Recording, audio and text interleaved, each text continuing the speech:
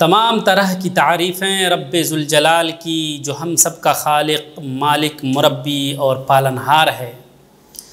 درود و سلام پیارے نبی محمد عربی صلی اللہ علیہ وسلم پر، جن کے ہم اور آپ امتی ہیں۔ معزز برادران اسلام، موضوع ہے عقیدہ اسلام۔ جب ہم عقیدے کی بات کرتے ہیں تو ہمیں یہ سوچنے پر مجبور ہونا پڑتا ہے کہ ہمارا عقیدہ کا ماخذ کیا ہونا چاہیے، ہم اپنے عقیدے کو کہاں سے لیں۔ تو اس کا ایک ہی جواب ہے کہ ہمارا عقیدہ اللہ کی کتاب اور اللہ کے رسول صلی اللہ علیہ وسلم کی سنت اور صحابہ کرام کے اقوال سے لیں، اس لیے کہ عقیدہ کا مسئلہ اتنا پیچیدہ ہے کہ اگر اس میں انسان پھنس گیا تو سمجھے اس نے اپنی بنیاد کو بگاڑ لیا، اور جتنے بھی اعمال اپنے زندگی کی تمام کوششوں کو گویا کہ اس نے ضائع کر دیا۔ اس لیے کہ بنیادی چیز ایمان ہے، آستھا ہے، عقیدہ ہے۔ اگر عقیدے کے اندر گڑبڑی ہے، بگاڑ ہے، فساد ہے، تو یقین جانیں کہ زندگی کی تمام محنت برباد ہو گئی۔ عقیدہ کے مسئلے میں سب سے پہلی بات یہ آتی ہے کہ ہمارا رب کون ہے اور کہاں ہے۔ تو میرے بھائیو، ہمارا رب اللہ ہے اور وہ ساتویں آسمان عرش پر ہے، اپنے وجود کے اعتبار سے، اپنی ذات کے اعتبار سے، لیکن اس کا علم اور اس کی قدرت ہر جگہ موجود ہے۔ اور یہی صحیح اور سچا عقیدہ ہے قرآن و سنت کی روشنی میں۔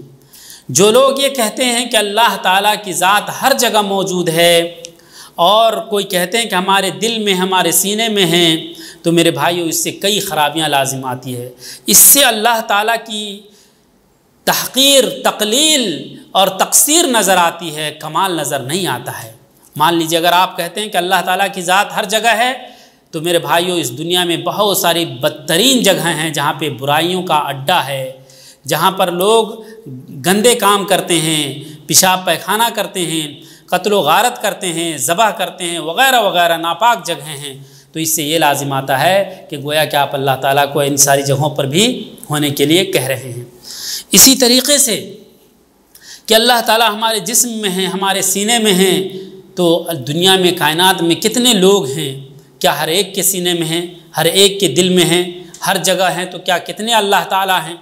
نعوذ باللہ من کل ھذا۔ میرے بھائیوں، صحیح بات یہ ہے کہ اللہ تبارک و تعالیٰ کی ذات ساتویں آسمان عرش پر ہے، لیکن اس کا علم اور اس کی قدرت تمام جگہوں پر چپے چپے میں ہیں۔ اور اس کی دلیل کے طور پر آپ سورہ زمر کی 67 نمبر سے ہم اپنی بات کو شروع کرتے ہیں۔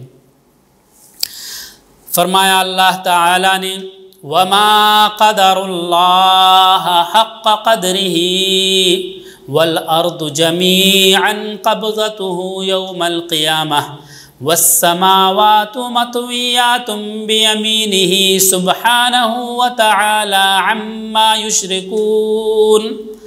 وَمَا قَدَرُ اللَّهَ حَقَّ قَدْرِهِ، اللہ تعالیٰ فرماتا ہے کہ لوگوں نے تو اللہ کی قدر کیا ہی نہیں جس طریقے سے قدر کرنے کا حق ہے۔ وَمَا قَدَرُ اللَّهِ، یہ اعلان کر رہے ہیں، چاہے بڑے سے بڑے عالم ہوں، جو بھی لوگ ہوں، تمام کے بارے میں اگر اللہ تبارک و تعالیٰ کی عظمت، اللہ تبارک و تعالیٰ کی کبریائی، اس کے بڑکپن کا علم صحیح طور پر آپ کو ہو، ہم کو ہو جائے، تو رب کعبہ کی قسم اللہ تبارک و تعالیٰ کی ہی یاد میں اور اسی کی عبادت میں اپنی زندگی کو نچھاور کر دیں، فنا کر دیں، اور دنیا کی طرف ذرہ برابر بھی مائل نہ ہو، چھانک کر کے بھی نہیں دیکھیں، کوئی چیز ہمارے لیے پیاری نہ ہو، صرف اللہ تعالیٰ کی ذات پیاری ہو۔ جی ہمارا ایمان اس قدر مضبوط ہو سکتا ہے۔ اللہ نے فرمایا وما قدر اللہ، ارے لوگوں کو تو اللہ کا صحیح علم ہے ہی نہیں کیفیت کے ساتھ، بس اللہ تعالیٰ نے غائبانہ طور پر جو کچھ بتا دیا ہے کم سے کم اس پر ایمان لائے، لیکن دل کے اندر اس گہرائی کے ساتھ اس بات کو اتارے کہ اللہ کی عظمت اور اس کا بڑکپن بڑے حجم میں ان کو معلوم ہو، کیونکہ اللہ نے فرمایا وما قدر اللہ حق قدرہ والارض جمیعا قبضتہ یوم القیامہ، کہ قیامت کے دن ساری کی ساری زمین اللہ کی مٹھی میں ہوگی، والسماوات مطویات بیمینہ، اور سارے کے سارے آسمان اللہ اپنی داہنے ہاتھ میں لپیٹے ہوئے ہوں گے۔ آپ اندازہ لگائیے، یہ زمین جس پر ہم اور آپ چل رہے ہیں، جو پہاڑ، درخت، چرند پرند، جانور، انسان، سمندر اور خشکی پر محیط ہے، اسی کا اندازہ ہم انسان نہیں لگا سکتے کتنی بڑی ہے زمین، یہ کائنات کتنی بڑی ہے۔ اس کو اللہ تعالیٰ نے فرمایا کہ ہم اپنی مٹھی میں رکھیں گے، اور اللہ تعالیٰ اپنے مٹھی میں ایسے رکھے گا جیسے ایک چاول کے دانے کو ہم اور آپ اپنی مٹھی میں رکھتے ہیں، ایک دم قابو اور قدرت کے ساتھ۔ وَالْأَرْضُ جَمِيعًا قَبْضَتُهُ يَوْمَ الْقِيَامَةِ، اور قیامت کے دن ساری کی ساری زمین اللہ کی مٹھی میں ہوگی۔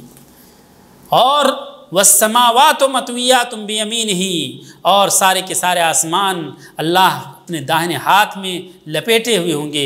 سبحانہ وتعالی، پاک ہے وہ ذات اور بلند ہے، اما یشرکون، ہر اس بات سے جس سے وہ لوگ شرک ٹھہرا رہے ہیں کہ اللہ ایسے ہیں، اللہ ویسے ہیں، نعوذ باللہ۔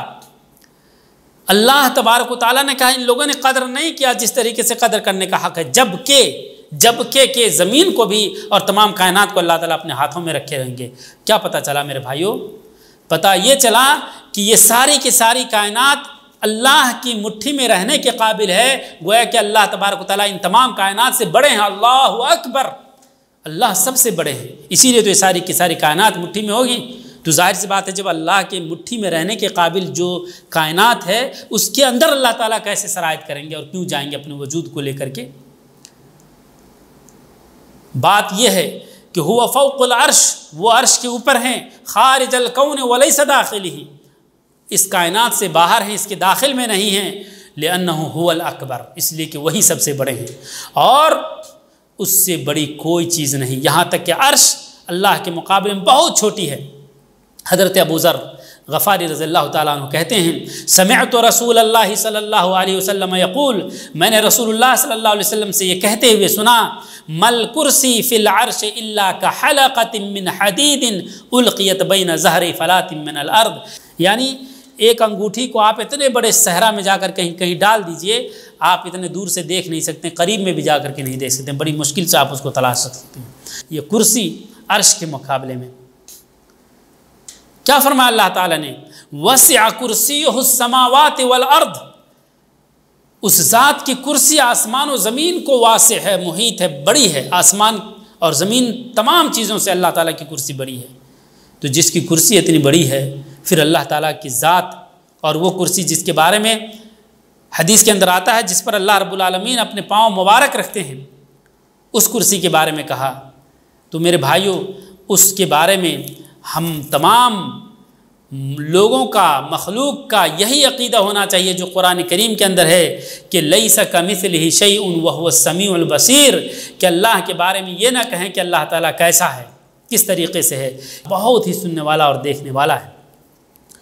اس ایمان اور عقیدے کے باب میں ہمیں اور آپ کو بغیر کسی تحریف کے، یعنی ایک حرف اپنی طرف سے شامل کیے بغیر اور ایک حرف تعطیل کیے بغیر، کم کیے بغیر، نقص کیے بغیر منوان ایمان لے آنا چاہیے، اور بغیر کسی تمثیل کے کہ اللہ ایسے ہیں، اور بغیر کسی تکییف کے کہ اللہ تعالیٰ کی ذات اس طریقے سے ہوگی، ہمیں ایمان لے آنی چاہیے۔